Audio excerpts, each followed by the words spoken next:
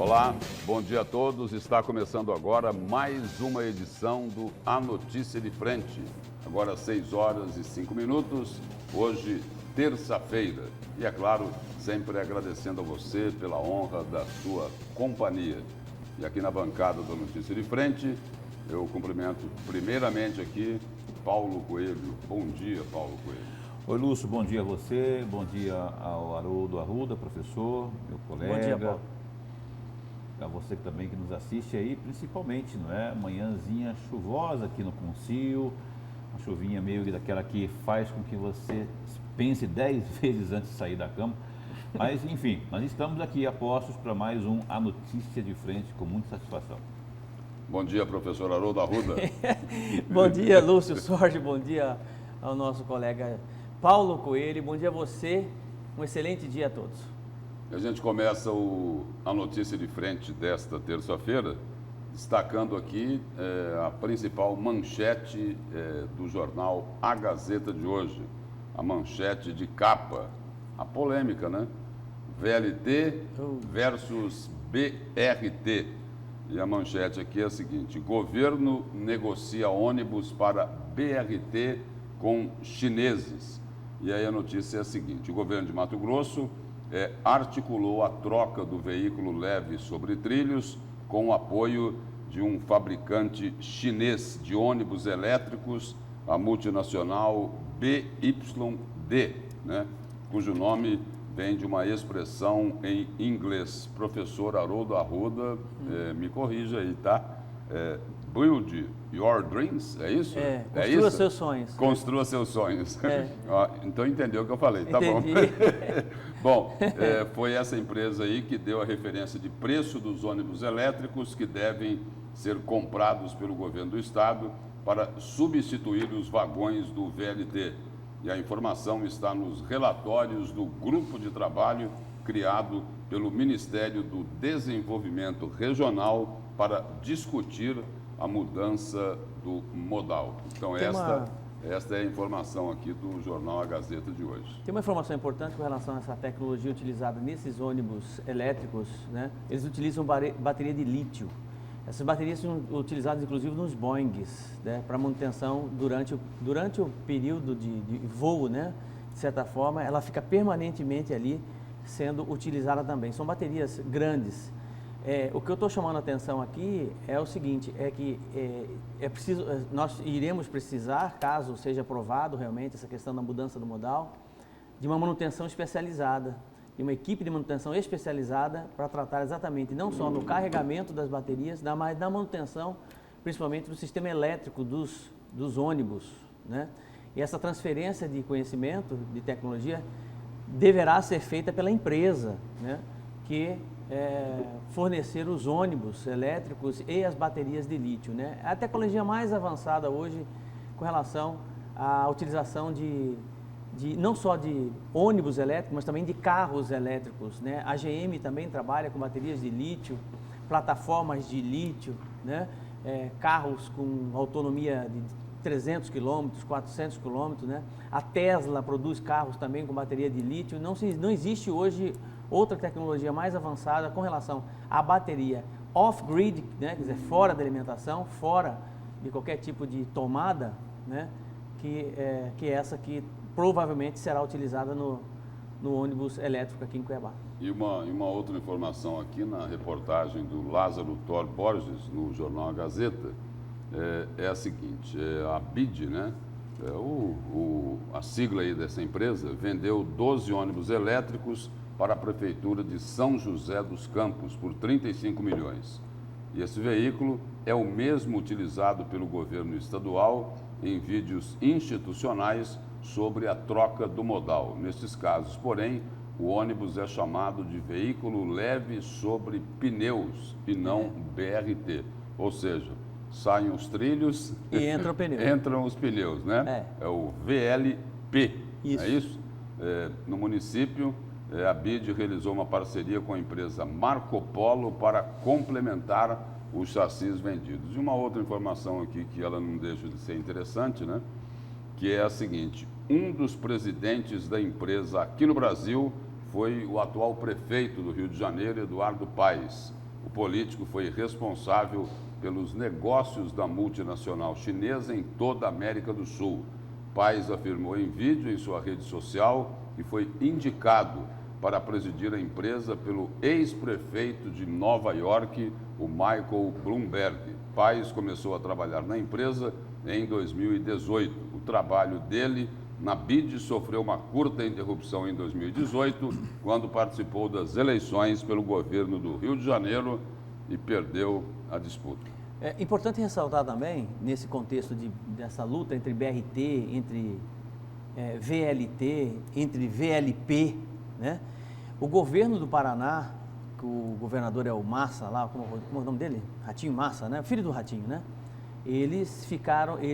Entre uma opção e outra, eles abandonaram essa opção do VLP para a VLT. Então é bem provável que lá no Paraná eles tenham o VLT, esse que nós temos aqui, quer dizer, nós teríamos aqui em Cuiabá, na mesma estrutura, com o mesmo desenho, e eles optaram pelo VLT e não pelo VLP lá no Paraná. No Paraná é um estado bem maior do que o de Mato Grosso também, né? O que eu quero fazer só um alerta aqui é que a expectativa é que, se realmente for feito aí uma parceria com essa Mato Grosso-China, vamos falar assim, que essa questão da bateria aí, que você falou, das baterias, né, elas estejam contidas, né, que as baterias estejam contidas no contrato, porque a questão de reposição, de manutenção também, se isso não tiver contido, aí a situação fica inviável, porque quando der problema, por exemplo, quando tiver que trocar, quando tiver que fazer manutenção, vai parar tudo, não é? Então, eu imagino que o governo já esteja com isso garantido aí, né, na sua proposta, na sua intenção.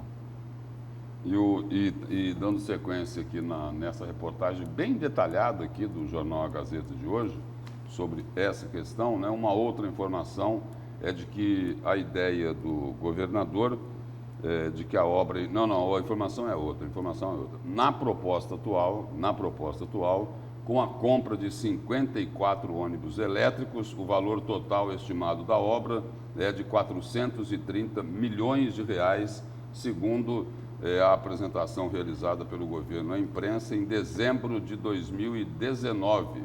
O governo estadual defende que o BRT é mais barato e mais fácil de concluir que o VLT. Esse documento aí do governo é atualizado apenas até a data de agosto de 2020. A partir daí, não existem mais detalhes sobre o conteúdo do relatório. O ministro do Desenvolvimento Regional, Rogério Marinho, ainda não se manifestou pela decisão de troca do modal. O senador Wellington Fagundes solicitou, sem sucesso, o relatório completo sobre a decisão ao Ministério. Né? Tem um detalhe aí que quem está assistindo está vendo as discussões avançarem, cada dia tem um episódio novo e tal, e já estão dando como líquido certo a troca propriamente do VLT pelo BRT. E a pergunta que ainda não quer calar e vai demorar, né, para calar, é sobre o que já foi gasto com o VLT. O que já foi o prejuízo, que já foi investido aspas, né? Eu estou falando de corrupção, estou falando do dinheiro que foi para o ralo e que infelizmente não se consolidou na obra propriamente, não é? E aí quem é lá na ponta, que é quem interessa mesmo, que será o usuário, que será o cuiabano, o vazegrandense, aonde que foi parar? Quer dizer, vai ficar por isso mesmo?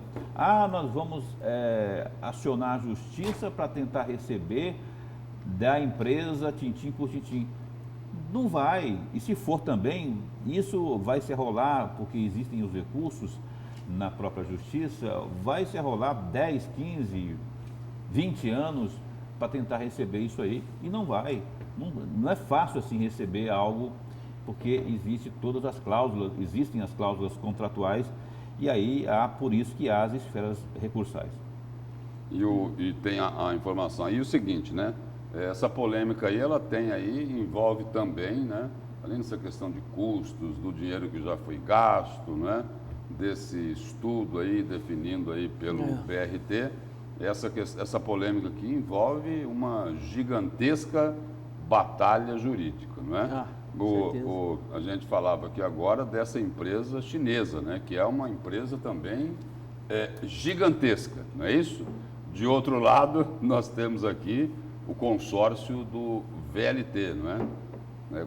Com grandes empresas que já estão discutindo isso há bastante tempo na Justiça, né? Porque lá atrás o governador Pedro Taques judicializou essa obra aí do VLT, empacada desde o final do ex-governador Silval Barbosa, lá em 2014. E a informação no campo aí jurídico, judicial, é de que o Superior Tribunal de Justiça negou uma nova liminar à Prefeitura de Cuiabá. Tinha negado a primeira, e aí o seguinte, o prefeito Emanuel Pinheiro havia entrado com uma nova ação pedindo a reconsideração da liminar que foi negada. Na avaliação do ministro, o mandado de segurança foi impetrado contra a ação que poderá ser tomada pelo Ministério no que tange a troca de modal. No entanto, as alegações do município não envolvem a União,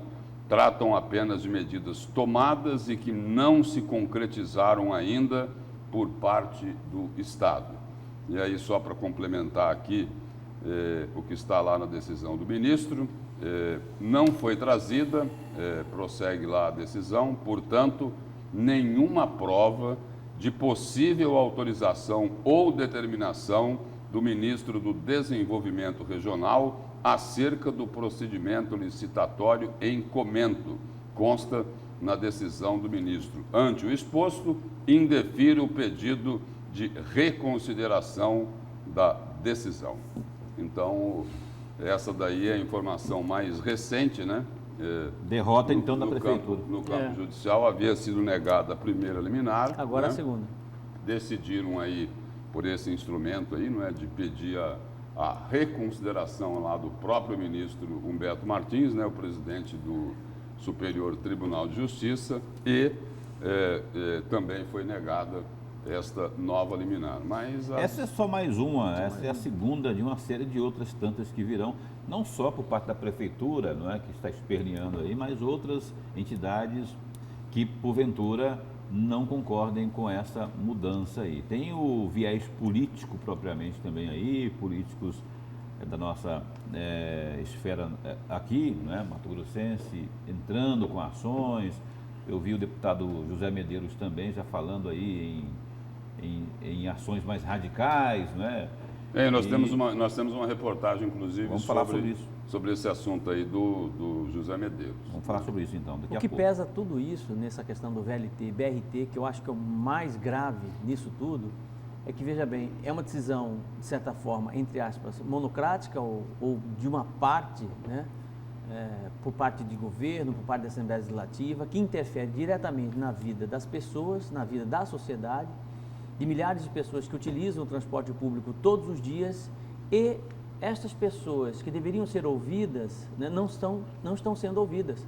Você tem, por exemplo, mais de 67% da população que é a favor do VLT, né, por uma série de fatores, não estão convencidas, ou de certa forma, boa parte desse percentual não está convencido de que realmente o BRT é mais viável com relação ao VLT, por conta da incapacidade do governo de comunicar ou deixar claro quais são as vantagens, né? E você vai vendo a coisa sendo empurrada a goela abaixo, né? E deixando, de certa forma, apartada a população mais interessada, que é o usuário do ônibus, que utiliza o ônibus todos os dias. Então, essa intervenção, sem um tipo de plebiscito, entre aspas, né? Sem um tipo de audiência pública, sem um tipo de debate mais profundo, por conta, inclusive, de outras categorias, eu acho isso completamente desonesto, injusto e, até certo ponto, ditatorial, né? Impondo um sistema que poderia, de certa forma, ter achado um outro caminho. Por exemplo, ter acionado a bancada federal para tentar achar um caminho de prospecção, viabilidade. Como que conseguiram uma empresa tão rápido para poder comprar ônibus movidos a bateria da China e não consegue, com a mesma celeridade, uma mesma empresa ou outras empresas pelo mundo, sejam elas chinesas, belgas, espanholas, né? Na Espanha, por exemplo, americanas, que pudessem assumir o VLT, tendo uma renúncia fiscal, um incentivo fiscal, para que pudessem viabilizar e terminar o VLT, considerando que 70% dos trilhos, do que já foi feito, dos viadutos já estão praticamente prontos.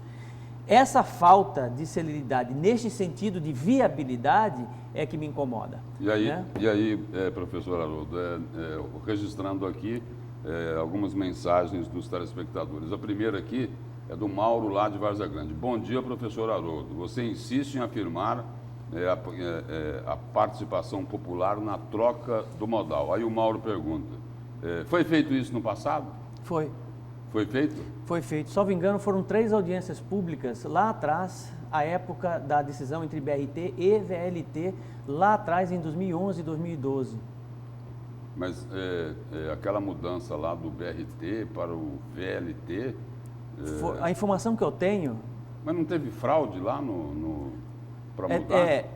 Teve uma omissão de documento, né? Uma omissão de um documento importante, isso é verdade, pelo menos isso alega o governo. Mas a informação que eu tenho, inclusive eu busquei essa informação perguntando, né? Escuta, o que na época, se teve algum tipo de audiência pública, e um ex-secretário me informou, olha, Haroldo, foram 3 audiências públicas, 2 ou 3 audiências públicas para debater a questão do VLT ou BRT lá atrás. E aí foi aprovado o VLT. Essa informação que eu tenho de um ex-secretário de Estado à época. Foi discutido lá na Assembleia, né? Na Assembleia que mandava em Mato Grosso, isso. Não é isso? O que a Assembleia dizia, tinha que executar, né? Era a época que o ex-deputado Riva liderava esse processo aí pró-VLT, não é? E aí ele mobilizou toda uma estrutura, inclusive da Assembleia, porque ele mandava ali, não é? E aí foram realizados esses encontros aí populares para que servissem de audiência pública, de audição. Estamos ouvindo o povo, mas na verdade era tudo meio que já direcionado aí para que o VLT... Para inglês ver, né? Para inglês ver, né? E aí o outro comentário aqui. Bom dia. Com relação ao recurso já investido no VLT, acho eu que cabe à Justiça resolver, porque se ficarmos esperando devolverem o dinheiro para poder dar continuidade, não teremos nem VLT e nem BRT. E nem VLP. E nem o alfabeto inteiro. Você pode ficar tranquilo que eu concordo com quem comentou aí, porque na verdade, como disse o próprio deputado Botelho, que é o presidente da Assembleia aqui, é uma luta em glória esse negócio de judicializar, tentando aí reaver a cor do dinheiro público. E qual o desdobramento, né? O desdobramento de uma delação monstruosa, né? Nós tivemos uma delação monstruosa, segundo o ministro, do próprio Silval Barbosa. Qual a consequência disso? Qual o desdobramento disso real, né? Do ponto de vista de retorno para o erário público daquilo que foi desviado na época da Copa do Mundo? Ou seja, isso de um lado. E do outro lado, as pessoas envolvidas nessa delação, né? Que receberam propina, né? Não só agentes públicos, mas empresas que receberam propina, né? Qual o desdobramento disso? Quantas pessoas que foram delatadas que necessariamente estão presas hoje, ou estão pagando por aquilo que fizeram? Quanto daquilo que foi desviado, mais de R$1 bilhão, realmente retornou de forma física e real aos cofres públicos, né? Enfim, quais as negociações que foram feitas? O próprio Silval Barbosa nem em Cuiabá mora mais. Mora em São Paulo, quer dizer, fez a negociata dele, fez a negociação dele com a Justiça. Devolveu uma merreca. Falou tudo o que queria falar na delação monstruosa, sabe-se lá se é verdade ou não, mas está lá na delação monstruosa. Entregou, desvia R$1 bilhão, entrega 70 milhões e está tudo certo. Você está entendendo? Quer dizer, essa é a realidade. Isso para mim não condiz com justiça. O que acontece hoje nessa polêmica do BRT é culpa exclusiva dos governantes. Exatamente. É isso? Não tem aqueles que, cheios de poder, que decidiam tudo aquilo que bem entendiam. Qual que é o problema maior do VLT hoje? Porque é o seguinte, porque ele foi mudado lá de BRT para VLT, sem entrar no mérito de qual o modal aí é o mais indicado para Cuiabá, sem entrar nesse mérito, foi mudado de BRT para VLT para roubalheira. Porque é o seguinte, porque aí esse modal custaria mais caro, eles iam poder roubar mais, não é isso? Exatamente. Então, o grande problema aí é a corrupção que teve no VLT. E o seguinte, olha só, e essa daí, esse é o principal argumento que vem sendo utilizado pelo governo estadual para justificar essa troca do VLT para o BRT. O que o governo fala assim, dá 3 argumentos para a troca, 4 são de corrupção. Exatamente. Se não tivesse a corrupção, no VLT. Se nós não tivéssemos a corrupção nesse processo todo do VLT, o VLT estava pronto, gente. Estava funcionando numa boa, não tem problema nenhum. Estava funcionando numa boa. E a corrupção numa boa. desde a parte embrionária propriamente, o processo de troca, faltou transparência lá quando era um, mudou-se para o outro, faltou transparência. Não vem com essa história de que houve a consulta popular. Houve depois que tomou-se a decisão. E Paulo, você percebe que nesse novo processo de mudança, zera-se tudo. Olha só, zera-se tudo. Novas empresas, novas negociações com as empresas de ônibus, comprando bateria, ajeitando o trilho, discutindo transferência de conhecimento. É tudo novo, quer dizer, sabe? Com novas oportunidades. Né? Do VLT não, estava no papel, está ali, vamos fazer, enfim. Bom, na Justiça agora é o seguinte, nós vimos aqui a decisão do ministro, agora há pouco, ele falou, olha, eu não vou conceder essa liminar, é o seguinte, porque quem tem que se manifestar ainda não se manifestou. A obra não é com recursos federais, o ministro do Desenvolvimento Regional, Rodrigo Marinho, ainda não falou nada, né? Ele não disse nada, por enquanto, tem esse estudo aí que o governo de Mato Grosso vem divulgando aí em doses homeopáticas, não é isso?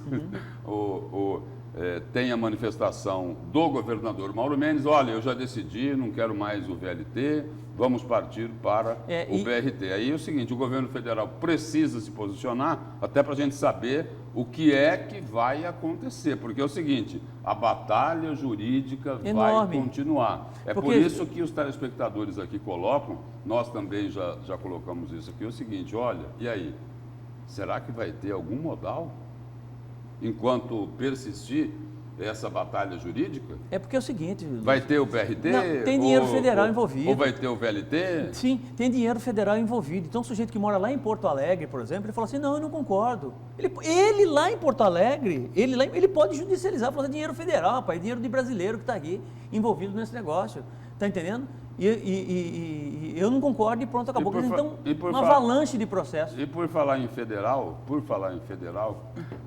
dentro dessa discussão aqui, vamos ver aqui o seguinte, o deputado federal José Medeiros propôs a abertura de uma CPI para investigar a troca do VLT pelo BRT em Cuiabá e Várzea Grande. Os detalhes a gente acompanha agora na reportagem da Nayana Bricá. Os deputados estaduais aprovaram em segunda votação o projeto de lei que autoriza a troca do VLT para o BRT em Cuiabá e Várzea Grande. Mas o deputado federal, José Medeiros, pede a instauração de uma CPI para apurar a troca do modal. Segundo ele, isso representa desvio de finalidades para os recursos destinados ao VLT. A própria proposta do governador Mauro Mendes, ao meu ver, já se configura uma improbidade. Você tem uma obra semi-pronta e você de repente resolve desmanchar, gastar para desmanchar e você resolve gastar com outro modal. Isso até na Venezuela dá cadeia. Então, eu pedi providências do TCU, do Ministério Público, do Tribunal de Contas do Estado, de todos os órgãos possíveis, e estou coletando assinaturas para que a gente possa, tão logo comece a legislatura, começar uma investigação pela Câmara Federal para ver por que aconteceu isso, porque não pode ser normal. Para a população, a criação da CPI é válida, já que nenhum dos representantes do transporte coletivo foi consultado em relação à decisão do governo de trocar o VLT pelo BRT na capital e também em Várzea Grande. Poderia sim ser consultada a população para ver se...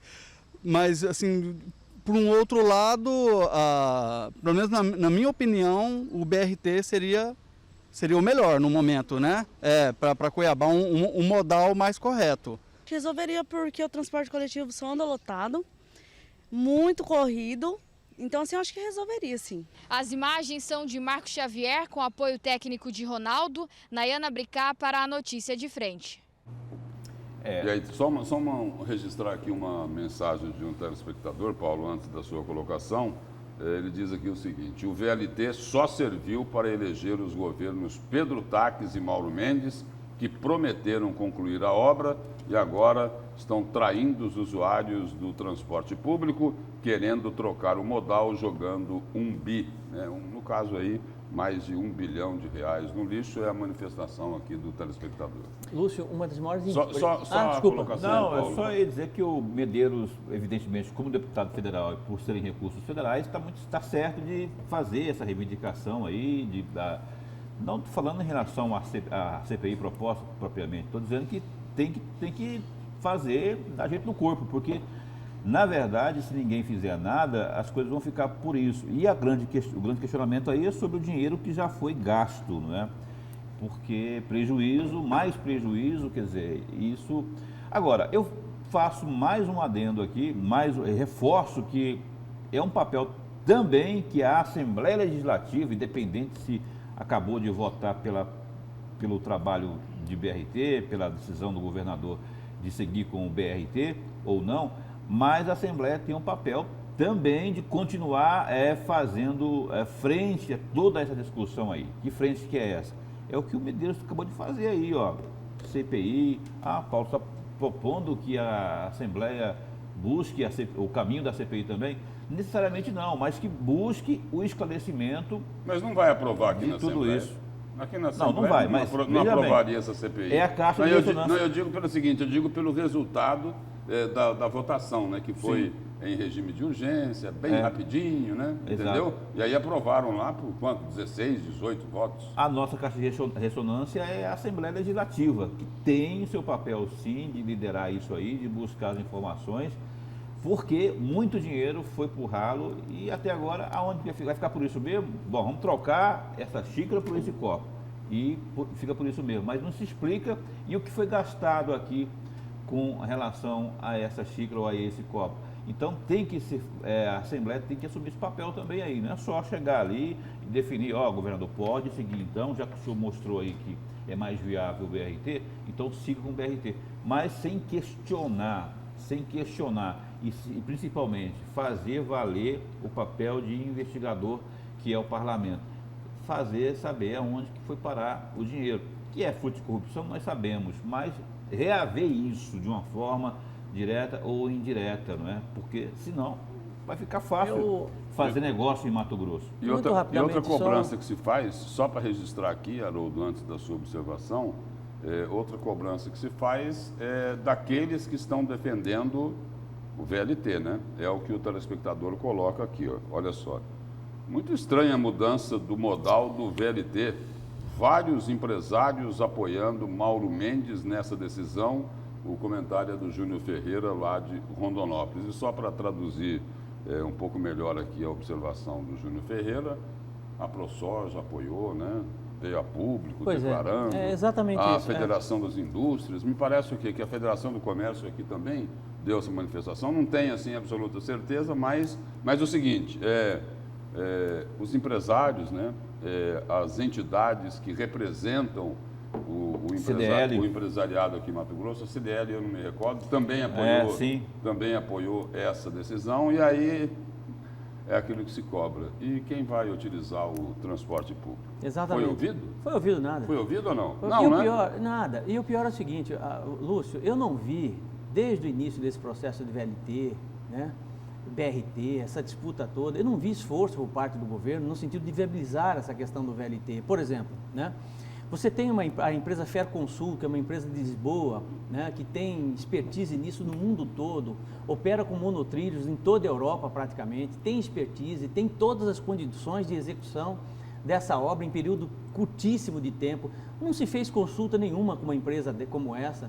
Não se fez, por exemplo, você pega, por exemplo, a Baltimore, em Boston, nos Estados Unidos, você pega a empresa que opera, que é a Metro Speedline, que é uma outra empresa também com uma expertise fora do comum, né, no sentido de viabilizar a questão do VLT aqui na nossa cidade, estudando uma forma de renúncia fiscal, de incentivo fiscal, que aí sim vale a pena você ter projetos nesse sentido.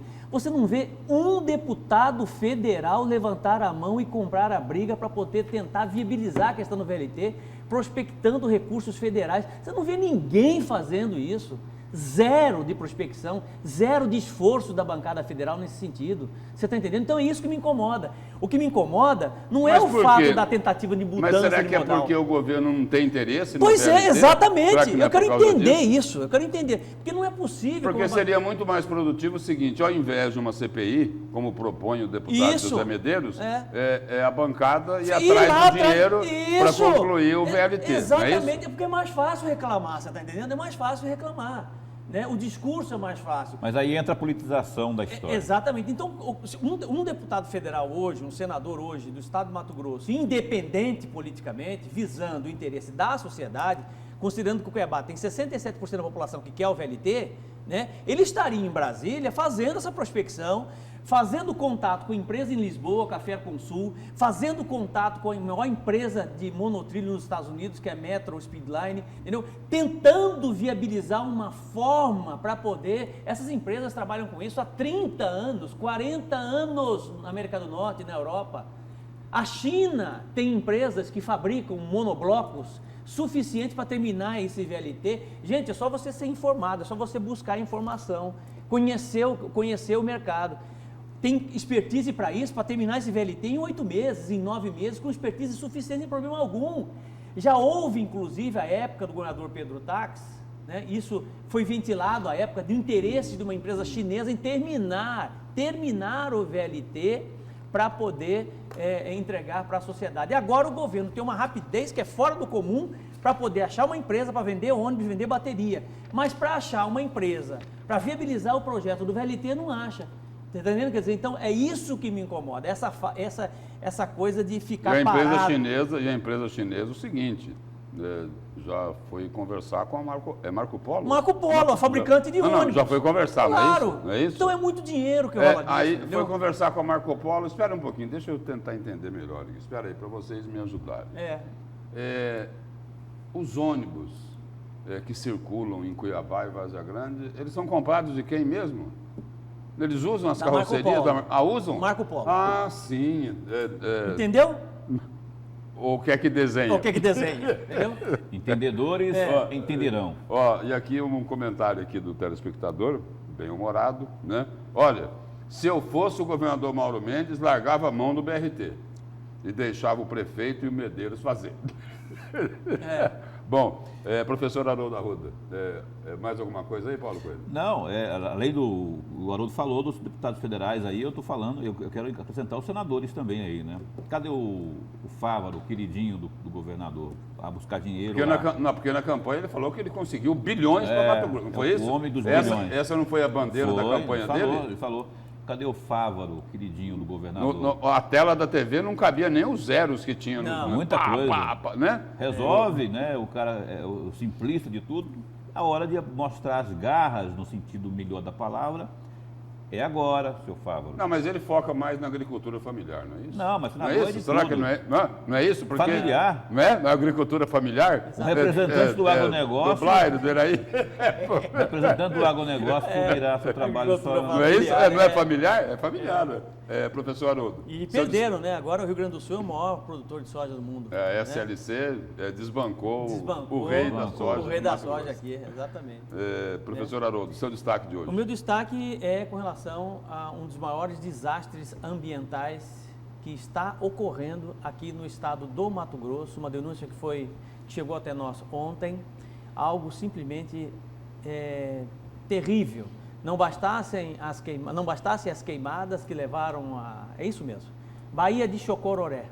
Mataram a Baía de Chocororé, né, por conta de irresponsabilidade, por falta de competência, né?